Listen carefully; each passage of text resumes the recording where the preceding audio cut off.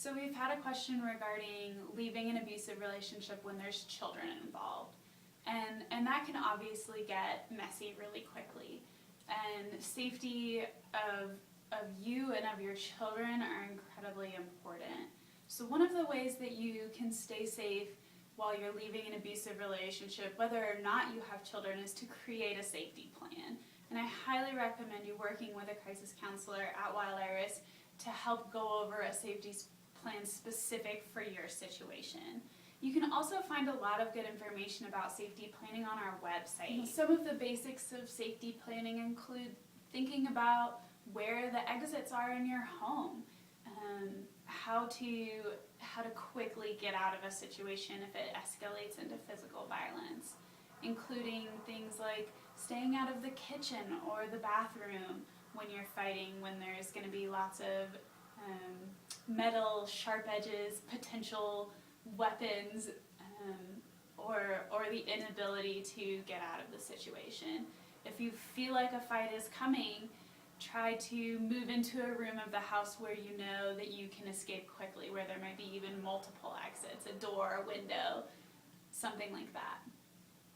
Also, you want to make sure that you have copies of all of your important documents and those documents for your children. Try to make sure that you have copies safely placed outside of the home or in a bag ready to go, hidden from your abusive partner. That would include stuff like school records, immunization records, passports, any kind of immigration documents, prescription medications, driver's license, and definitely bank statements, anything like that, birth certificates, stuff that you're going to need to start your life over without your abusive partner, and stuff that your children are going to need to continue life as normal. Also, let your children know if things get escalated what they should do. If there's a place that they can hide, or if there's a neighbor's house they can go over to, or teach them a code word, a specific code word that would tell them when to go over to the safe place or when to call 911. Make sure your children know your phone number and know how to get a hold of law enforcement if they feel in danger. And most importantly, throughout this process, make sure you listen to your children. They're going to have a lot of emotions, and they really need to be cared for during this time and given a lot of extra love, especially if they're not feeling safe. Talk with them about what you could do as a parent to help them feel more safe in the situation at home. As far as keeping custody of your children, we're not lawyers here. We can't give you any kind of legal advice, but we do want you to know that there's plenty of options when you're looking at custody. And what I would definitely recommend is to come in and again talk with a crisis counselor about your specific situation. We can help get you in touch with an attorney if that's something that you need, or with the family law facilitator, or look at options like filling out a temporary restraining order.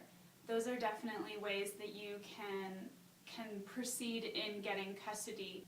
Custody is never guaranteed by anything, so a crisis counselor can help you look at options for requesting custody, but we can never tell you what to do that's going to guarantee you get custody of your children. That's for a judge to decide. It's always better if you can work out custody and visitation with your significant other. I know that's not always going to work, especially when the relationship has been abusive, but that enables you to have a say in where your children are going, as opposed to letting a judge decide that for you. Also remember that the safety planning and custody steps are required whether or not you're married to your abusive partner. If you have any more questions, make sure to contact an attorney, a family law facilitator, or a crisis counselor here at Wild Iris.